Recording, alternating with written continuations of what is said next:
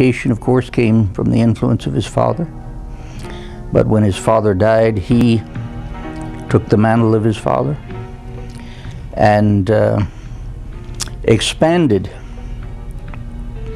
on the scholarship and the theology of his father. His mother and father inculcated in him the basics of the Sufi path, the importance of reading the Quran and learning it, of fasting, of separating yourself from the things of this world.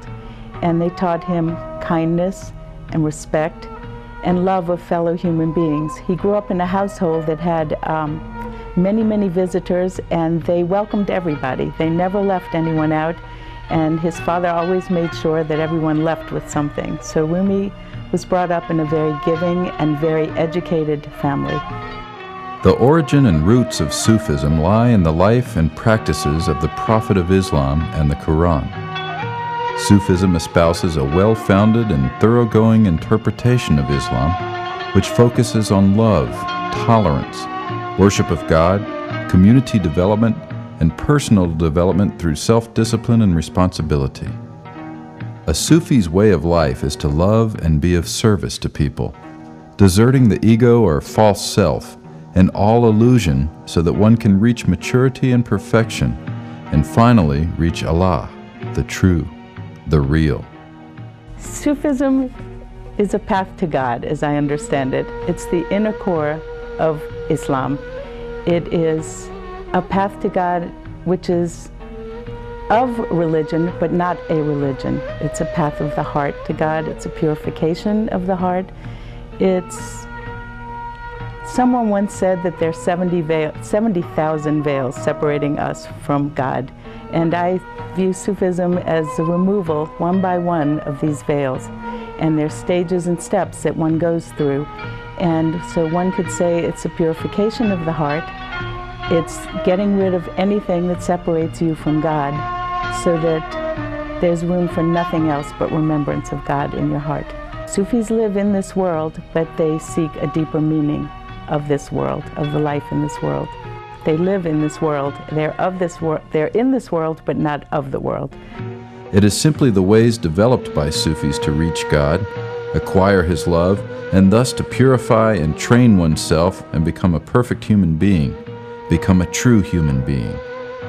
While Sufism expresses the theoretical or philosophical aspect of this search, its practical aspect is usually referred to as being a dervish. Dervish literally means the sill of the door. It is a word that describes the Sufi who is at the door to enlightenment. Sham, and his influence evidently was a revolutionary influence, because he evidently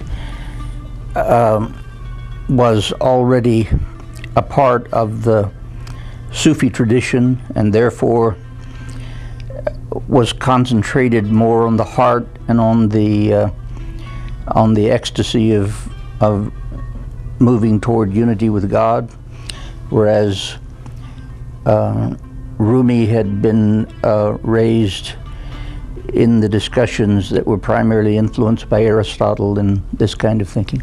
Throughout his mature life as a sheikh, he always had a companion.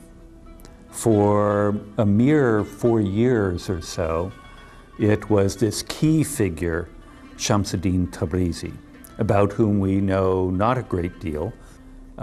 He was the one who helped Rumi move beyond the very literate academic study of the Islamic tradition to a spirituality focused on the love of God, that put all the books aside and